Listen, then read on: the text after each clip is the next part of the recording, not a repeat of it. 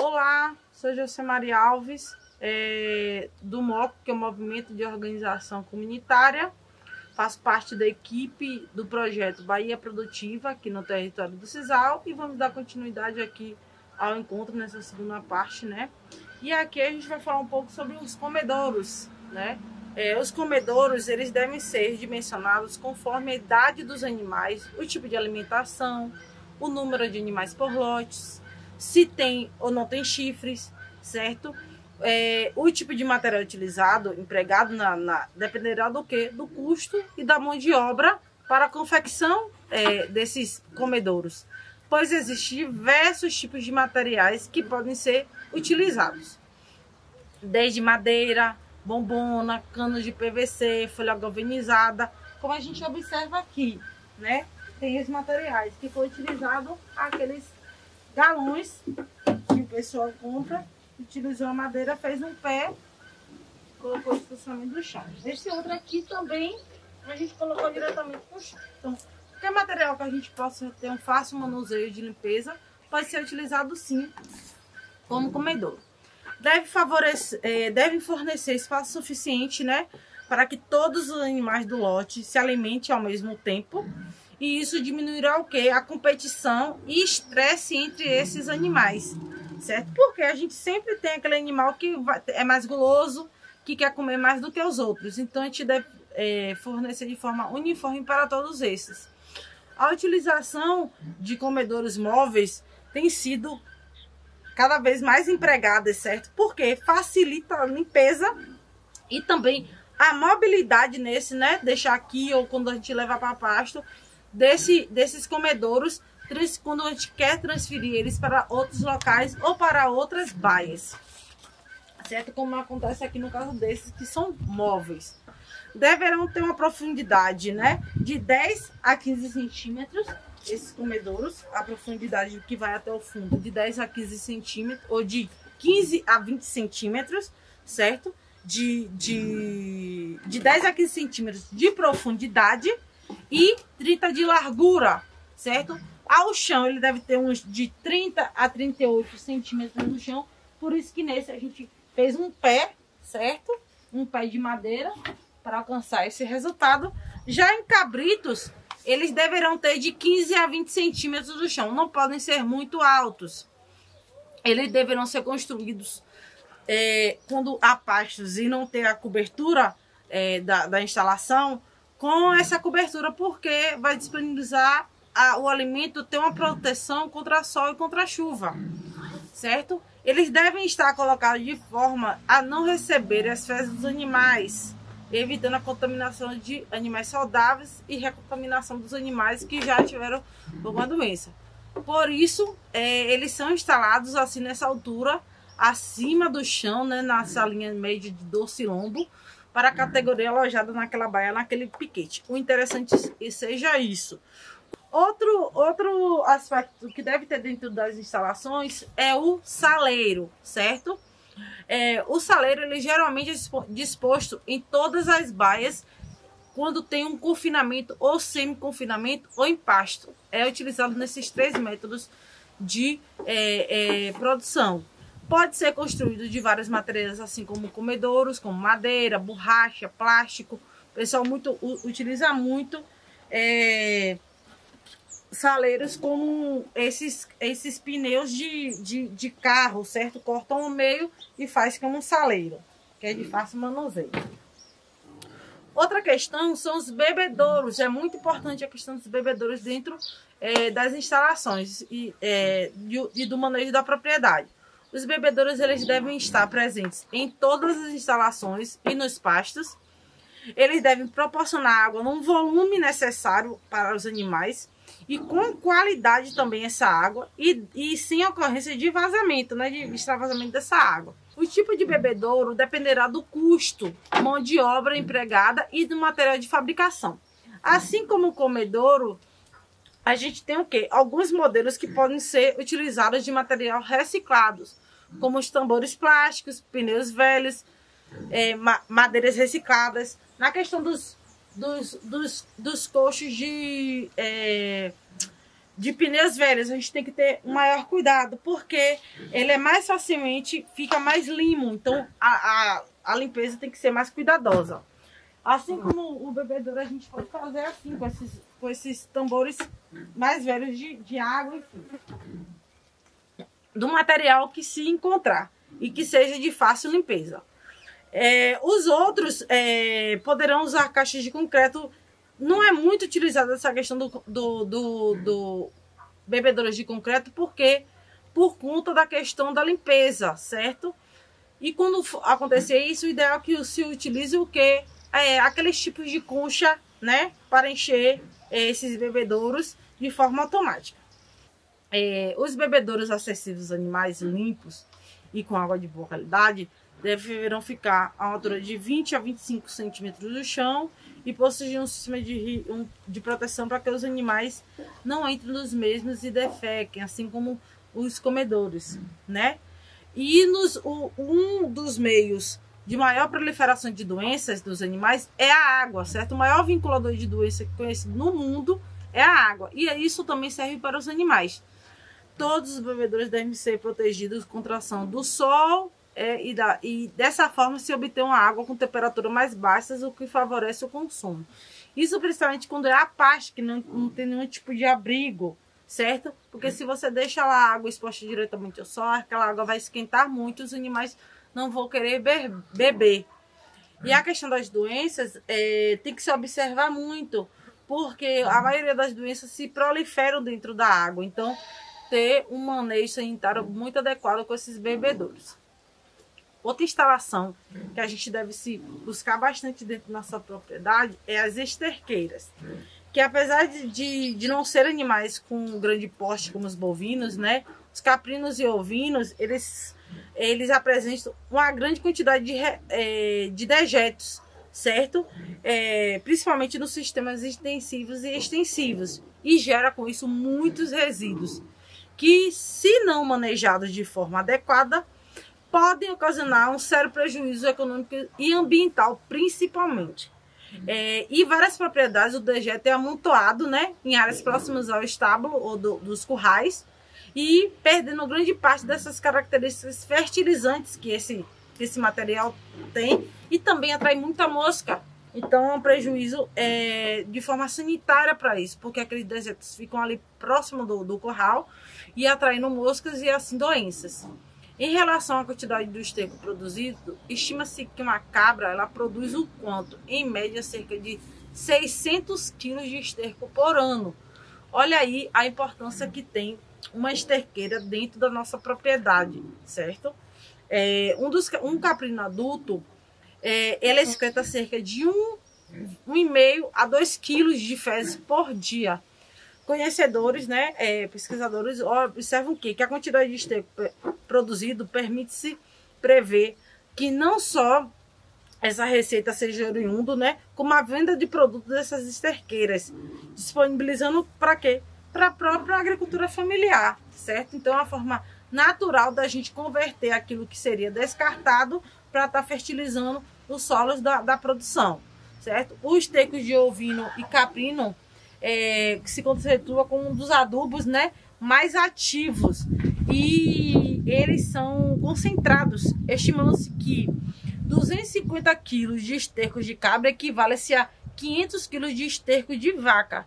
Então observa aí que a gente dentro da propriedade tem um potencial muito grande que muitas vezes não é explorado, certo? Para 20 dias de coleta de esterco, será portanto necessário um compartimento de 3 a 3 metros, ou seja, 1 metro de largura por 3 metros de comprimento, 1 metro de altura.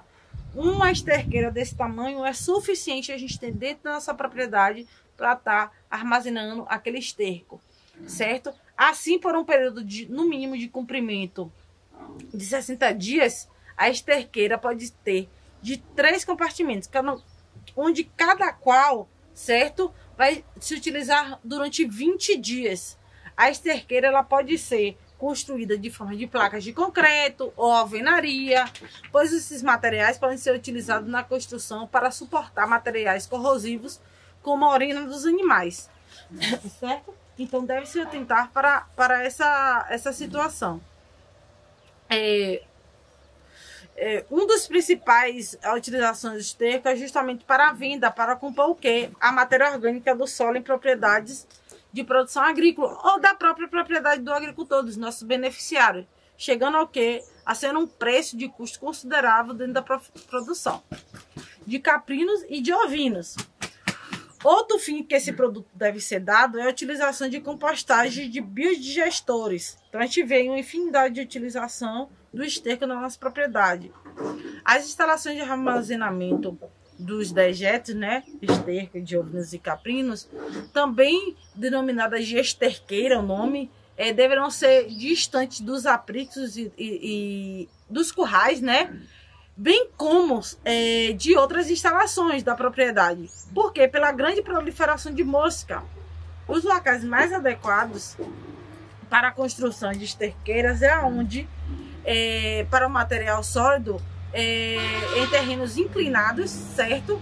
Onde seja possível executá-la de forma semi-enterrada, reduzindo-se assim um custo de construção e facilitando a carga e descarga do esterco. E essa questão do pouco interno é como é um resíduo sólido para que tenha um escoamento da parte líquida. Ela permite, a esterqueira, ela permite o quê? O aproveitamento, né, do esterco e contribui para a melhor condição higiênica da criação. Afora a grande importância da esterqueira com relação às condições higiênicas do rebanho e da saúde do animal, porque elas proporcionam, né, a produção de adubo orgânico de elevada qualidade, ela, como eu falei, não deve estar próxima do que? Das instalações, porque elas podem funcionar como reservatório de larvas de aumentos, de moscas, com uma fonte de contaminação para outras doenças, facilitando assim a contaminação desses animais por diversas doenças através do favorecimento das doenças através das larvas e das moscas, certo? A esterqueira de alvenaria, outra dica, é que a esterqueira de alvenaria, medindo de 4 metros de largura, 2 de profundidade e 1,5 de largura, de altura. É uma esterqueira mais simples, certo?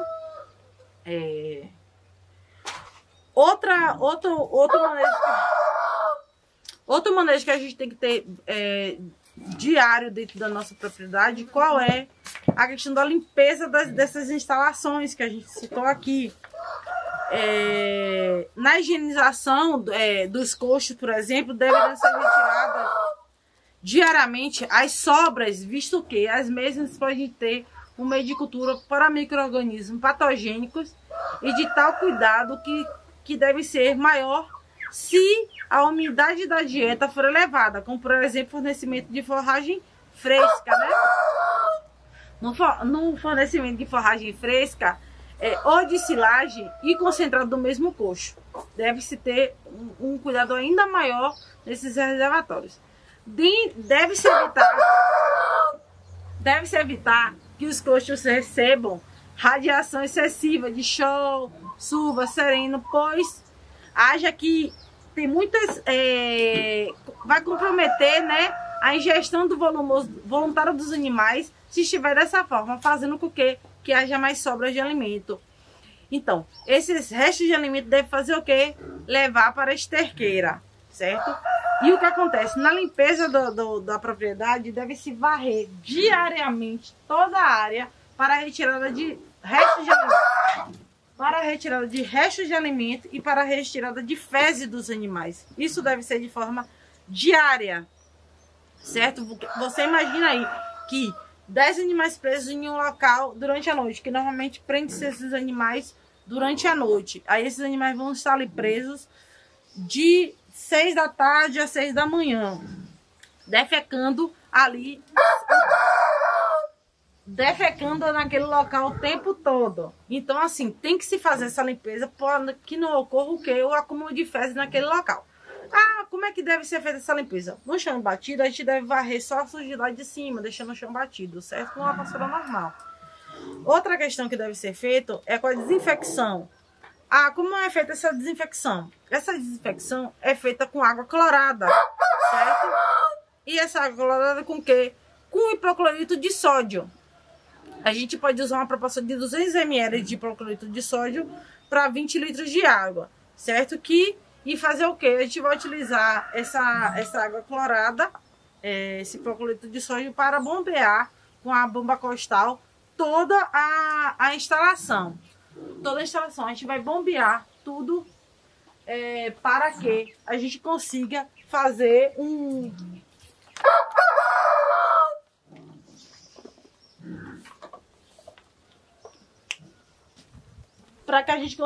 uma desinfecção eficiente.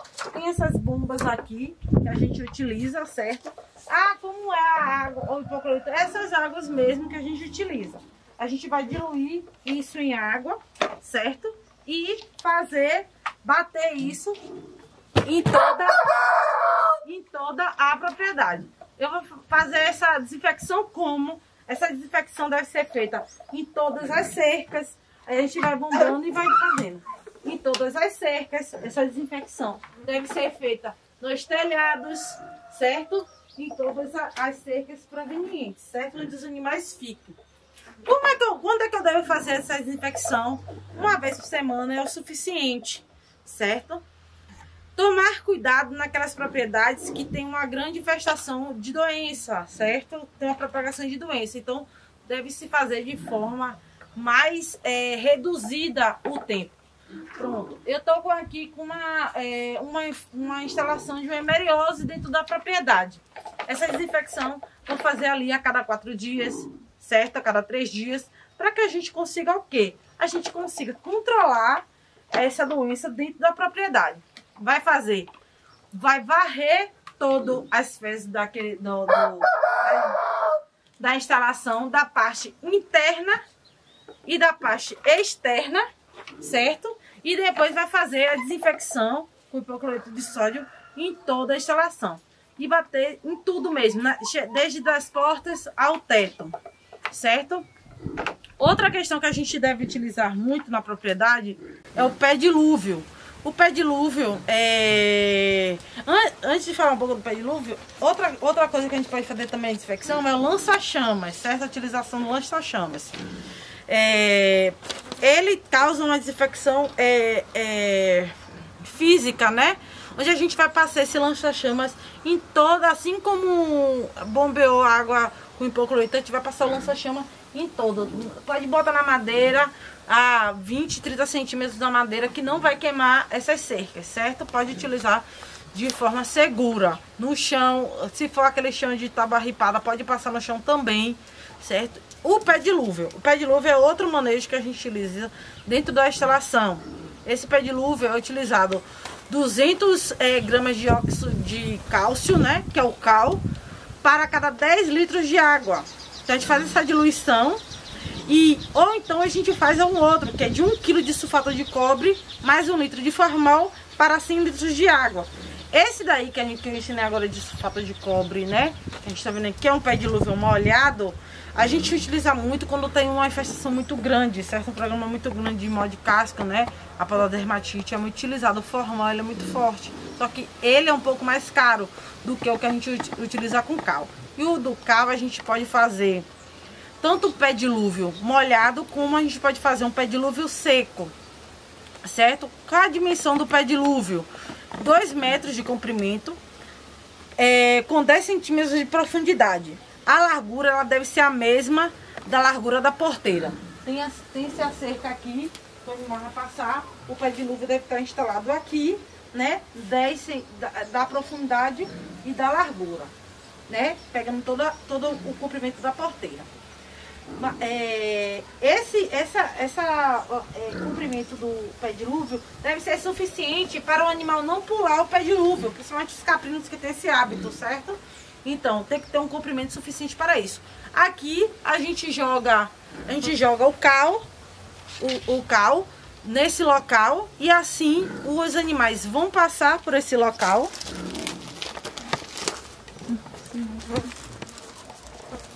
Os animais vão passar por esse local. A gente joga o cal todo aqui, certo? Os animais vão passar por esse local e assim vão... E uma coisa importante é que não é só os animais que vão passar por ele, não. A gente também, quando passar, tem que pisar nesse pé dilúvio, certo? É uma prática simples e que deve ser implementada dentro da propriedade. Ou pé dilúvio molhado, ou pé dilúvio seco, certo? É uma prática preventiva e também uma prática curativa dos animais que estão com pododermatite, com podridão de casco.